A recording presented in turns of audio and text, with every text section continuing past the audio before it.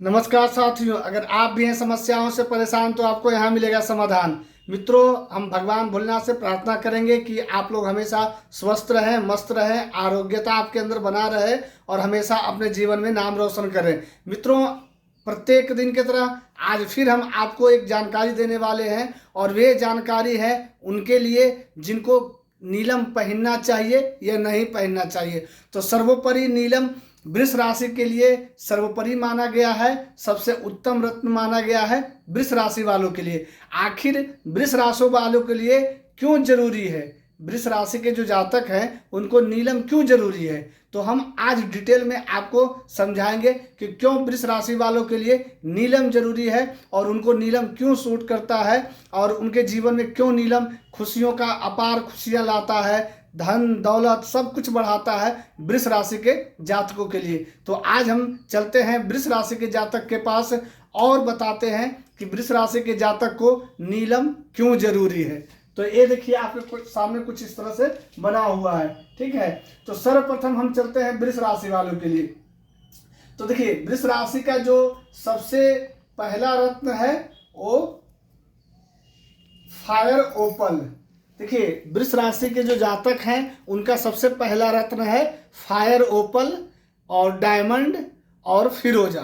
ये तीनों सबसे पहला रत्न है, लेकिन कोई जरूरी नहीं है कि वृष राशि के जातकों के लिए यह तीनों रत्न धारण किया जाए। यह शुक्र के ऊपर डिपेंड करता है कि शुक्र आखिर उनके कुंडली में किस अवस्था में और कैसे बैठे हुए हैं। उस आधार पर उस अकॉर्डिंग आप उनको फायर ओपल, फिरोजा और डायमंड धारण करने के लिए कह सकते हैं। लेकिन बात हम आज करने वाले हैं नीलम का।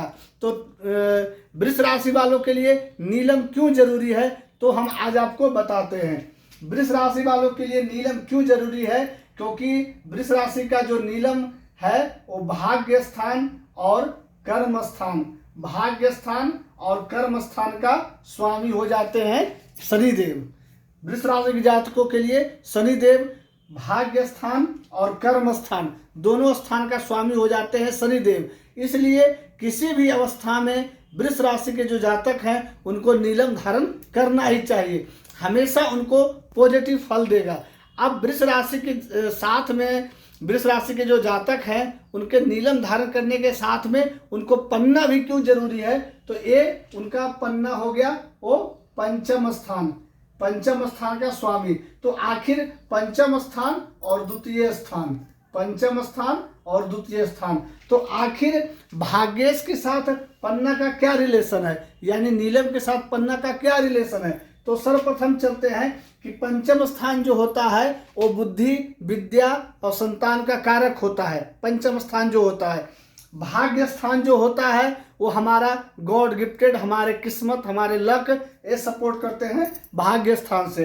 कर्म स्थान, कर्म स्थान हमारा इसलिए कर्म स्थान का स्वामी को जरूरी है क्योंकि हमारे कामों में वह प्रगति लाते हैं, उन्नति लाते हैं और हमको कार्य करने में मन लगता है। तो भाग्येश और पंचमेश का क्या कॉम्बिनेशन है, तो जी हाँ मित्रों, कॉम्बिनेशन है भाग्येश और पंचमेश का, क्योंकि पंचम स्थान बुद्धि, विद्या, संतान का कारक होता है और भाग्य स्थान हमारा लक का कारक होता है। जीवन में किसी चीज को पाने के लिए हमारा बुद्धि विद्या के साथ साथ हमारा लक भी हमको जरूरी होता है। इसलिए वृष राशि के जो जातक हैं उनको हमेशा पन्ना और नीलम उनके लिए लकी साबित होता है। अब क्या होता है कि पन्ना और नीलम के अलावा वृष राशि वालों के लिए और क्या जरूरी है, तो जरूरत पड़ने पर उसके कुंडली, पर्सनल कुंडली के आधार पर ये डिसीजन दिया जा सकता है। अब वृष राशि के जातक हैं उनको यहाँ दो रत्न और दिया गया है। दो रत्न में एक एकादश स्थान का स्वामी बृहस्पति होते हैं और दूसरा इनका तृतीय स्थान यानी पराक्रम स्थान का स्वामी चंद्रमा होते हैं। पन्ना और नीलम के अलावा दो रत्न और है, एक इनका पुखराज हो गया और दूसरा इनका मोती हो गया। तो वृष राशि के जातक को जनरली है कि मोती पहनाया जाता है, लेकिन ये सरासरी गलत है। उनके राशस यानी उनका जो उच्च का राशि है वो चंद्रमा, उनका जो उच्च का राशि है वो चंद्रमा, चंद्रमा आखिर तृतीय स्थान का स्वामी होता है। तो वृष राशि के जो जातक हैं, करीब करीब लोग मोती पहनते हैं, उनको हम एक सजेशन देंगे कि आप मोती बिल्कुल ना पहने। वृष राशि के जातकों के लिए मोती अभिश्राप का काम करता है। क्यों काम करता है हम बताते हैं कि तृतीय स्थान यानी पराक्रम स्थान का स्वामी चंद्रमा हो जाता है। कर्कट से 4 नंबर है, कर्कट से चंद्रमा, वृष राशि के जातक का पराक्रम स्थान का स्वामी चंद्रमा हो जाता है। ठीक है, तृतीय स्थान का चंद्रमा इंसान को भीरू बना देता है। भीरू मतलब डरपोक बना देता है। अगर तृतीय स्थान का स्वामी का अगर आप रत्न पहनते हैं, कोई भी वृष राशि के जातक है, अगर वह मोती पहने हुए हैं तो आज के आज मोती उतार दें, क्योंकि आपके लिए जो मोती है वो अभिश्राप के काम करता है। वो कभी आपको पॉजिटिव फल नहीं दे सकता है, आपको डरपोक बनाएगा, भीरू बनाएगा, लोगों से मतभेद करवा देगा। ये आपका तृतीय स्थान, क्योंकि तृतीय स्थान का चंद्रमा कतई शुभ नहीं माना जाता है। पराक्रम स्थान में चंद्रमा बिल्कुल सेफ नहीं है। पराक्रम स्थान में बिल्कुल चंद्रमा नेगेटिव प्रभाव देता है। और एक तृतीय स्थान का स्वामी का जो चंद्रमा है, जनरली है कि लोग सोचते हैं कि वृष राशि का जातक है तो उच्चस्थ राशि चंद्रमा है तो चंद्रमा का मोती सपोर्ट करेगा। कतई मोती सपोर्ट नहीं करेगा। वृष राशि वालों के लिए मोती बिल्कुल सपोर्ट नहीं करेगा। इसलिए अगर कोई भी जातक वृष राशि के हैं और अगर मोती पहने हुए हैं तो आज के आज बिल्कुल निकाल दें। अब बात करते हैं हम पुखराज का। तो पुखराज आपका कुंडली के अकॉर्डिंग, जिस प्रकार का आपका कुंडली होगा उस आधार पर पुखराज का डिसीजन दिया जा सकता है। जैसे वृष राशि का कोई जातक है, वृष राशि का जातक है और अगर वह शिक्षा विभाग में है, शिक्षा विभाग में है, टीचर हैं, या तो वह कोचिंग संस्थान चलाते हैं, कोचिंग ट्यूशन पढ़ाते हैं, या शिक्षा रिलेटेड कोई भी गुरु का प्रतिनिधित्व कर रहे हैं, कोई भी शिक्षा संबंधित कार्य कर रहे हैं, तब उनके कुंडली के आधार पर पुखराज पहनने का उनको आदेश दिया जा सकता है, जो लोग वृष राशि के जातक हैं। ठीक है, वृष राशि के जातक का नीलम और पन्ना के अलावा 2 रत्न और दिया गया है, एक इनका पुखराज और दूसरा मोती।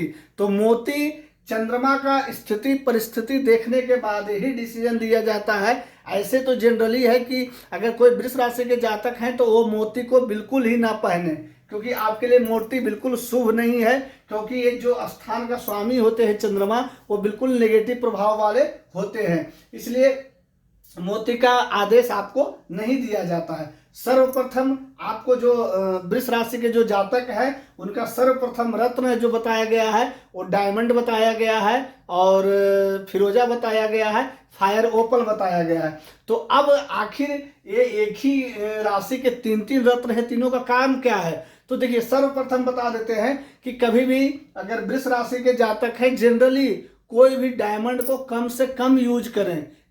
डायमंड को कम, कोई भी जातक है, आज के दौर में रिंग शिरोमणि होता है या कुछ भी होता है तो डायमंड रिंग बनता है। ठीक है, डायमंड रिंग कोई भी अगर पहनते हैं तो क्षणिक देर के लिए ही पहने, ज़्यादा देर के लिए डायमंड नहीं पहने, क्योंकि डायमंड जो होता है भोग विलासी बनाता है। इसलिए वृष राशि के जो जातक हैं उनको डायमंड बिल्कुल ही सेफ नहीं होता है। चलिए, डायमंड का बात हटाइए। अब आ जाते हैं हम लोग फिरोजा। तो फिरोजा आखिर वृष राशि के जातकों के लिए फिरोजा इतने सारे रत्न क्यों वृष राशि वालों के लिए बताया गया? क्योंकि वृष राशि के जो जातक होते हैं उनके अंदर दुनिया का सारा क्वालिटी होता है।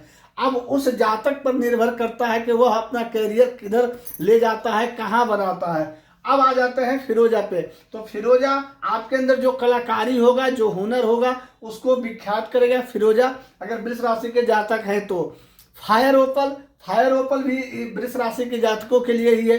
तो फायर ओपल आपका क्या काम करता है? तो सबसे ज़्यादा अगर महत्वपूर्ण वृष राशि वालों के लिए कोई फायदा देता है तो वह फायर ओपल देता है। क्यों फायर ओपल देता है? क्योंकि उसके अंदर सतरंगी होता है। वृष राशि चमक का कारक होता है, सौंदर्यता का कारक होता है, और फायर ओपल के अंदर सतरंगी होता है, जो वृष राशि वालों के लिए और शारीरिक तौर पर उनको स्वस्थ रखता है, कोई विशेष प्रॉब्लम नहीं आने देता है। तो सर्वप्रथम जो वृष राशि का जो सर्वोपरि रत्न हो गया वो फायर ओपल हो गया, समझे। दूसरा हो गया जो कि आपका पन्ना हो गया, और तीसरा हो गया आपका नीलम हो गया। फायर ओपल, पन्ना और नीलम, ये 3 सर्वोपरि रत्न हो गए वृष राशि वालों के लिए। अब है कि कभी भी राशि के अनुसार रत्न नहीं धारण करना चाहिए, कभी भी नहीं। राशि के अनुसार अगर कोई बताते हैं कि आपका मेष राशि है, आप मूंगा धारण करिए। आपका वृष राशि है, आप ओपल, फिरोजा, डायमंड धारण करिए। आप मिथुन राशि के जातक हैं, पन्ना धारण करिए। आप कर्क राशि के जातक हैं, मोती धारण करिए। सिंह राशि के जातक हैं, माणिक धारण करिए। कन्या राशि के जातक हैं, पन्ना धारण करिए। तुला राशि के जातक हैं, आप नीलम धारण करिए। वृश्चिक राशि के जातक हैं, आप मूंगा, इटालियन मूंगा, जापानीज मूंगा धारण करिए। आप धनु राशि के जातक हैं, पुखराज धारण करिए। अगर आप मकर कुंभ राशि के हैं तो नीलम धारण करिए, और अगर आप मीन राशि के हैं तो पुखराज धारण करिए। ऐसा अगर कोई बताते हैं तो सरासरी गलत है, और राशि के अनुसार कभी भी रत्न बिल्कुल धारण न करें। राशि के अनुसार बिल्कुल भी रत्न कभी भी धारण नहीं करना चाहिए। रत्न धारण करने के लिए हमेशा अपना कुंडली का विश्लेषण करवाएं और कुंडली के आधार पर रत्न धारण करें। मूल जो कुंडली का रत्न धारण करने का होता है, सर्वप्रथम उसका भाग्येश, सर्वप्रथम भाग्येश का रत्न धारण किया जाता है। ये नवम स्थान का स्वामी भाग्येश का रत्न सर्वोपरि, सर्वप्रथम रत्न इसी का धारण करना चाहिए। दूसरा नंबर हो गया ये पंचम स्थान।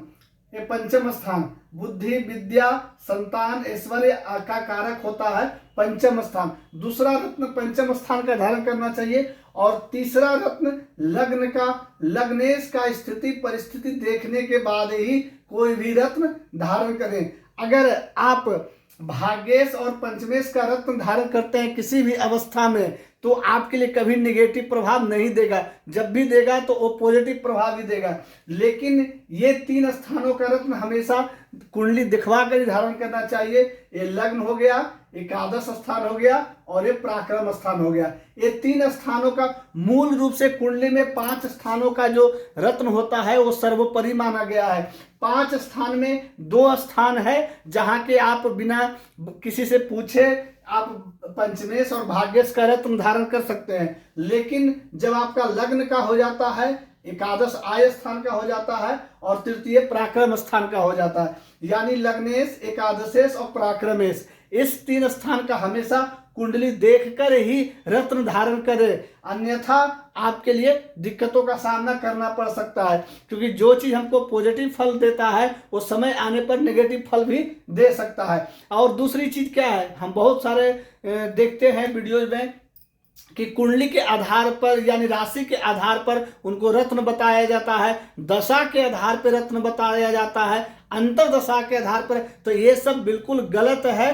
कभी भी दशा के अनुसार, अंतर दशा के अनुसार रत्न बिल्कुल न धारण करें, और हमेशा कुंडली को विश्लेषण करवा के ही रत्न धारण करें। और अगर आपको एस्ट्रोलॉजी आती है तो आपको हमेशा एक चीज ध्यान देना चाहिए, किसी को अगर आप सजेशन दे रहे हैं तो आपको अगर ज्यादा जानकारी नहीं है तो आप पंचमेश और भाग्येश, ये 2 रत्नों का हमेशा आप सजेशन दे सकते हैं। पंचमेश और भाग्येश ये हमेशा इंसानों के लिए अच्छा ही काम करेगा, कभी भी नेगेटिव काम नहीं करेगा। लेकिन अदरवाइज कुंडली में किसी भी जगह का अगर आप ये 2 स्थानों पंचम और नवम, भाग्येश या पंचमेश, 2 स्थान का छोड़कर अगर आप कहीं का भी रत्न पहनने का आदेश दे रहे हैं तो पहले कुंडली में स्थिति परिस्थिति ग्रहों का देख ले, उसके बाद ही बताएं। क्योंकि अब बता देते हैं कि इसका नेगेटिव प्रभाव क्या होता है। जैसे कि अगर वृष राशि वाले अगर वो लाल मूंगा पहन लेते हैं, वृष राशि वाले लाल मूंगा पहन लेते हैं तो लाल मूंगा उनका हो जाता है सप्तमेश और द्वादशेश। सप्तम स्थान मारक स्थान होता है। अगर वृष राशि के जातक मूंगा पहन लेगा तो उसका जीवन और सुखमय होने के वजह से उसका और दुखमय हो जाएगा, उसके अंदर नेगेटिविटी उत्पन्न होगा, नेगेटिव प्रभाव उसके अंदर आ जाएगा। अगर सप्तमेश और द्वादशेश का अगर रत्न धारण कर लेते हैं वृष राशि वालों। और दूसरी चीज है, अगर वृष राशि वाले अगर माणिक धारण कर लेते हैं तो हमेशा उसको अपमानित होना पड़ेगा, क्योंकि माणिक जो है वो चतुर्थ स्थान का स्वामी है। चतुर्थ स्थान का स्वामी सूर्य से ही माना जाता है। लेकिन क्या होता है कि चतुर्थ स्थान का स्वामी इंसान को स्वाभिमानी बना देता है। स्वाभिमानी, अगर आप माणिक पहनेंगे तो स्वाभिमानी बनेगा, लोगों के नजर में आप घमंडी नजर आएंगे, लोगों के नज़र में आप घमंडी आएंगे, मानिक आपको नेगेटिव प्रभाव देना चालू कर देगा, आपको लोगों से वाद विवाद होना चालू हो जाएगा, लड़ाई झगड़ा चालू हो जाएगा, तो आपको लगेगा कि नहीं हमको नेगेटिव प्रभाव दे रहा है रत्न। और ऐसे में क्या होता है कि रत्न बदनाम हो जाता है, क्योंकि हम गलत सलत रत्न धारण कर लेते हैं और उसका नेगेटिव प्रभाव इंसानों के अंदर हावी हो जाता है। तो आप सभी से एक आग्रह है कि कभी भी अगर आपको कुंडली थोड़ा अगर देखना आता है तो आप हमेशा बिना पूछे किसी से पंचमेश और भाग्येश का आप रत्न धारण करवा सकते हैं। ये हमेशा पॉजिटिव फल देगा, कभी नेगेटिव फल नहीं दे सकता है। अदर कुंडली में ये 2 स्थान को छोड़कर किसी भी स्थान का रत्न धारण करना है तो उसके जगह पे कुंडली को बिल्कुल अच्छे तरीके से विश्लेषण कराएं, उसके बाद ही रत्न धारण करें। और एक चीज बता देते हैं लास्ट में फिर से कि वृष राशि वालों के लिए जो सबसे प्रिय रत्न होते हैं वो फायर ओपल, पन्ना और नीलम, ये रत्न सर्वोपरि है वृष राशि वालों के लिए, और वृष राशि वालों इसको धारण कर सकते हैं। लेकिन कभी भी रत्न धारण करने से पहले अपना कुंडली को विश्लेषण जरूर करवाएं, उसके बाद ही रत्न धारण करें। हाँ, आप पूजा पाठ वगैरह आप बिना बताए, बिना किसी पूछे से आप कर सकते हैं, धर्म का क्रिया कभी व्यर्थ नहीं जाता है। लेकिन जब अगर आप रत्न धारण करते हैं, रुद्राक्ष धारण करते हैं या कोई अदर कोई यंत्र धारण करते हैं तो इसके पहले आप अपने कुंडली को विश्लेषण करवा लें, उसके बाद ही ये सब चीजें धारण करें। तो हम फिर अगले वीडियो में अगले जानकारी के साथ आप लोगों के सामने आएंगे और बताएंगे कि मिथुन राशि के जातक के लिए आखिर कौन से रत्न प्रिय हैं और उनके जीवन में क्यों इतना चढ़ाव और क्यों इतना उतराव आता है, क्यों वो लोग आसमान के बुलंदियों पे चढ़ते हैं और क्यों जमीन पे फिर गिरते हैं। ये मिथुन राशि के जातकों के लिए हम बताएंगे। तब तक भगवान भोलेनाथ से प्रार्थना करेंगे आप लोग स्वस्थ रहें, मस्त रहें। राधे राधे।